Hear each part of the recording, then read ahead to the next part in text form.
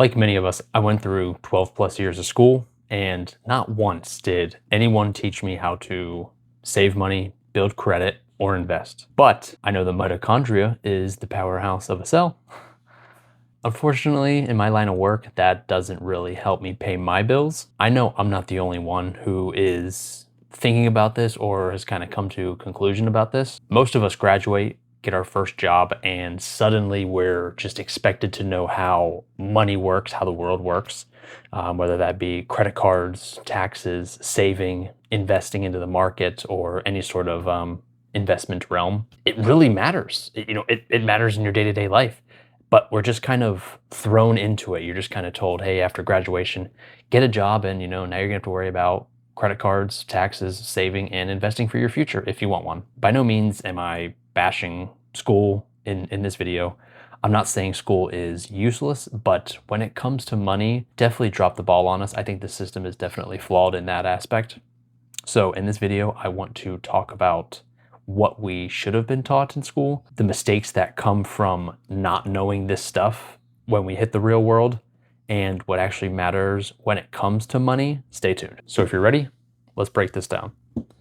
What school did teach us versus didn't. I'd say, what we learned, math formulas, important history dates, random subjects, kind of back to that mitochondria.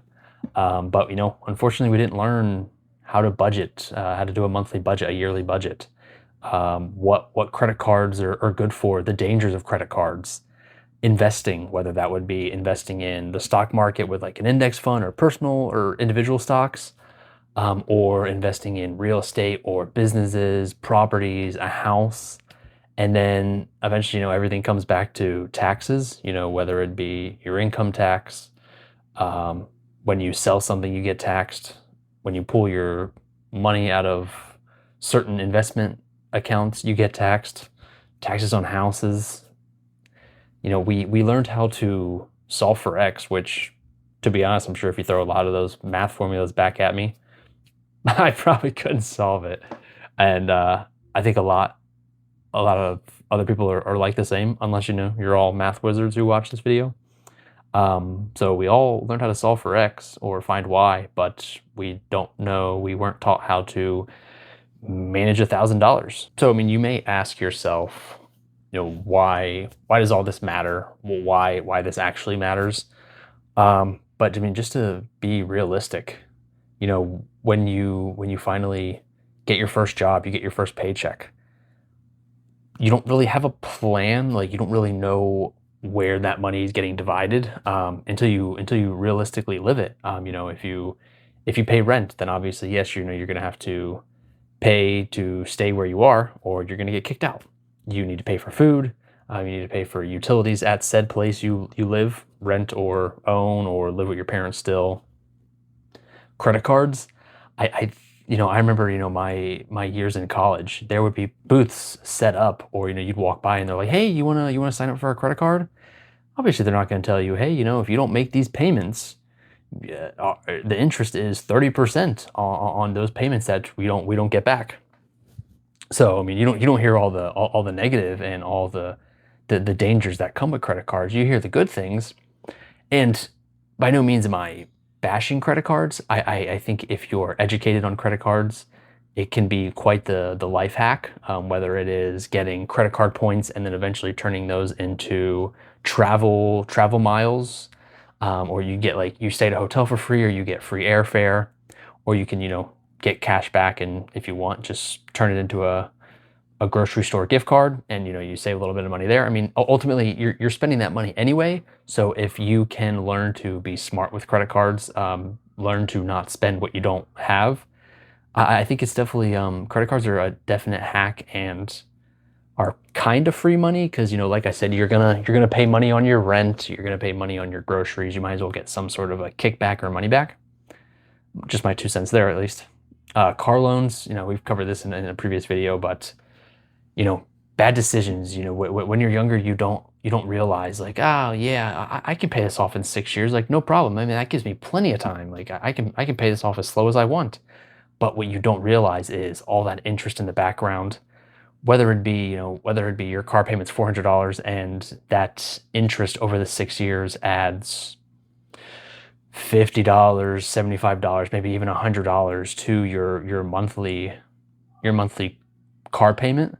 It doesn't sound horrible on a month-to-month basis, but if you add $50 up times 12, $600 times 6 months, I mean, it really starts to add money you're just giving to these people for free. Like, you're not really necessarily paying off your car solely.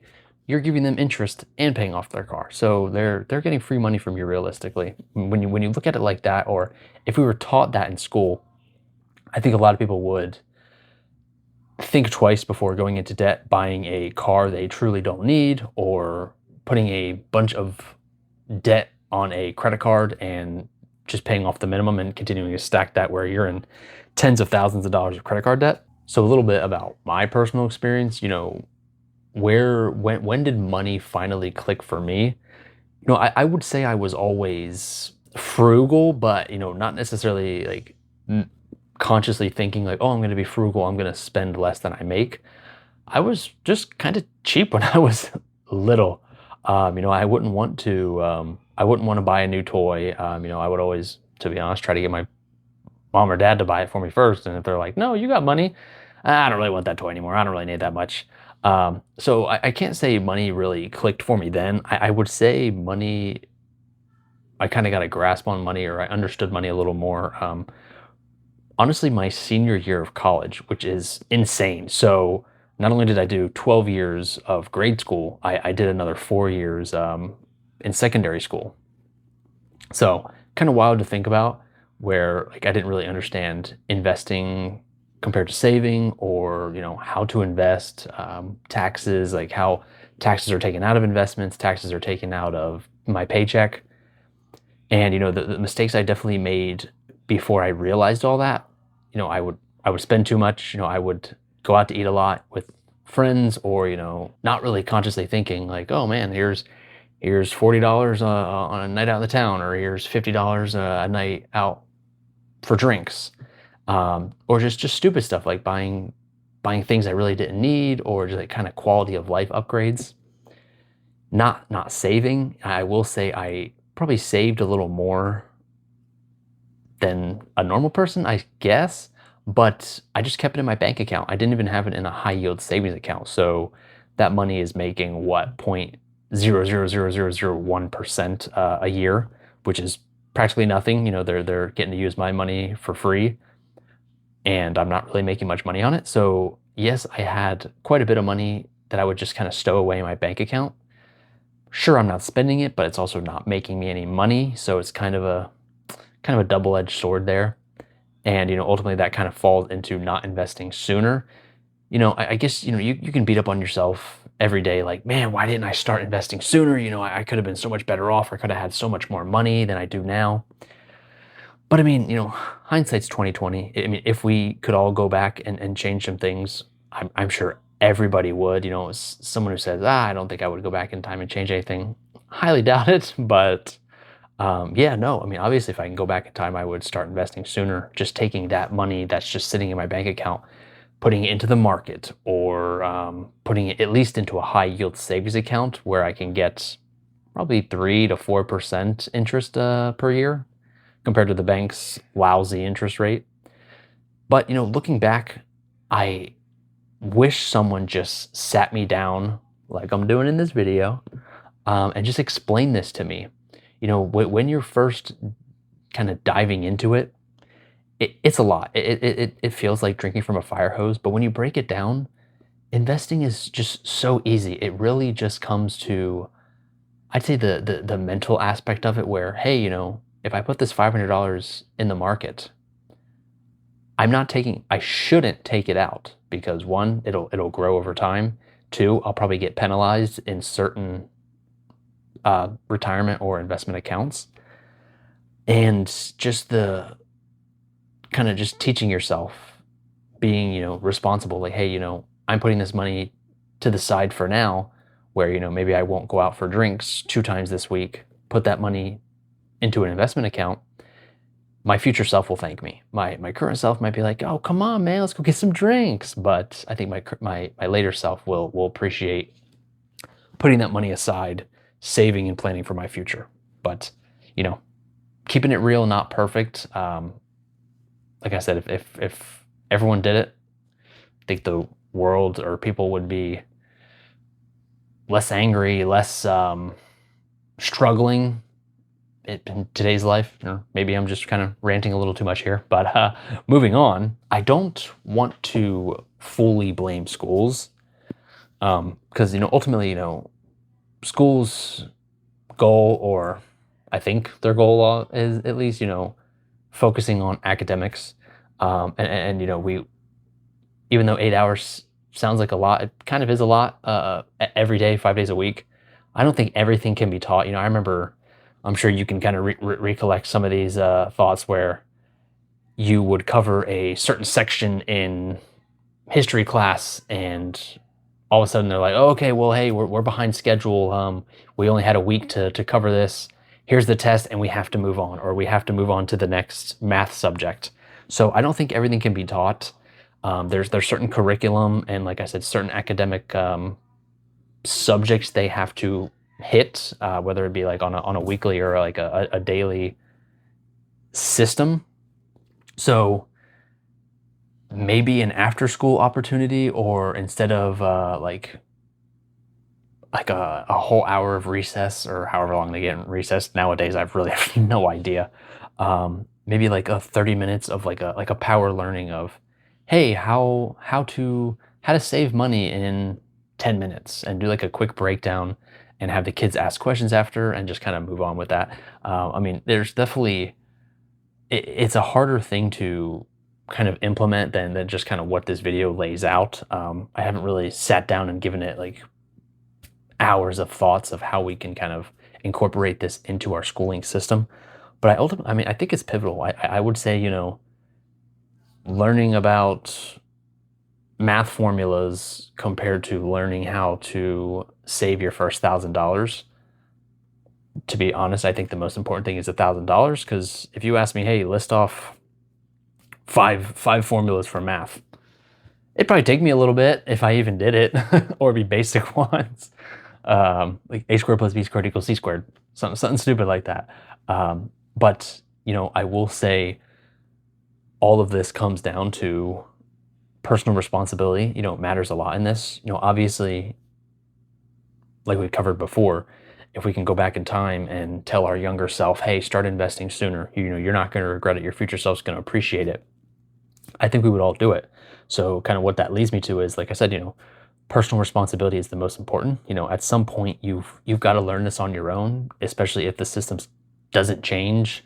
But that's ultimately why I wanted to make this channel, and why I'm kind of putting this content out there, because what I've learned so far in my life, I'm no financial expert, I'm no financial advisor. I know some things, I know basic level stuff. What I don't know, I usually research. So at least I have that mentality where, hey, if I don't know it, I'll try to find the answer. What I learn, or what I've learned so far, I will always try to encourage someone younger, someone the same age, even someone older than me or in a different situation. I'll try to encourage them, like, hey, open an investment account, or hey, like, plug these numbers in an investment calculator, and you can see what you're going to have when it comes to retirement at 60, 62, 65, 67, whenever you're looking to retire. But it ultimately comes down to, if you don't make the change, it is what it is. I've talked to a coworker before where I'm like, hey, dude, like, you need to start investing. If you don't want to work to your 60s, 70s, 80s, you have to invest your money. He's like, I don't need to do that. I don't want to do that. I don't know how to do that. They kind of just accept the fact where, hey, I don't know what it is. I don't feel like learning it. It is what it is. I'm just going to go on. At the end of the day, if they don't want to change, you can't force them. So, take that as you will. So, like I said, ultimate goal here is, personal responsibility. You have to take, no one's going to care about your money as much as you do. What I think should be taught, though, just keeping it simple. like budgeting basics, hey, when your paycheck hits, obviously all those taxes they take out, fucking ridiculous. But what that take home money, your net, um, what do you have to budget for? Do you pay rent? You obviously got to eat, utilities. If you have a car loan, hopefully you don't, but sometimes, it is what it is. You got to get one to make from A to B. You got to pay that off. You got to pay your phone bill, any other bills. If you have a family, you got to take care of your spouse or your children or any other life situation you're in. Learn about basic saving habits. It's good to have that mentality where, hey, I really don't need this, or hey, I don't need to go out to eat, or I don't need to order food tonight. I'll just keep the money in the bank. That's step one, I'd say. Keep some money in the bank, but learn to, if you're not going to at least invest that money, you want money that is, easily accessible. Consider a high yield savings account. It's kind of like a bank, but you just earn more interest on your money that you let them use. So gonna keep that in mind. How credit works. I'm no expert on credit. I understand, hey, if I use a credit card, I can put a certain amount of money on it, even if I don't necessarily have that money in the bank or have that money readily accessible. I don't recommend you do that, but at the same time, if you have that money and you have a debit card, I would just use the credit card over the debit card, because usually credit cards offer some sort of cash back or a little bit of a discount, kind of depending on what advertisements or what like marketing they're running for a month. I may get like, 5% off of Home Depot purchases, or hey, 5% cash back on gas or groceries. So when you think about it like that, credit cards are nice because, hey, I'm going to spend the money anyway on my debit card because I need to eat, I need to pay rent. Why not use the credit card where I can get at least some cash back, and you can unlock all sorts of rewards. Like I said, you can turn cash back into like travel miles, and you can, go to a hotel for free or book your next flight for free or at a discount. And investing early, I would say, obviously, like I said, we could all probably go back and put more money into the market sooner rather than later. It is what it is, can't go back in time. But I would just tell my younger guys, investing earlier just lets you get out of the rat race sooner, in my opinion, unless you continue to kind of inflate your life, inflate your yearly expenses. Then obviously you're gonna have to earn more, save more, invest more to get to that end financial like fire goal. So I have done an incredible amount of ranting this video. I think I'm wrapping it up there. I probably could go on for another 10 reasons, 10 examples, but I think this video is getting long enough. I need to cut a bunch out anyway. So as always, guys, thanks for tuning into the lunch table. I really appreciate the support. We just hit 51 subscribers, so that's pretty fucking cool. Hitting the 50 subscriber milestone's pretty solid. So like as always, appreciate the support. Hope you enjoyed this video.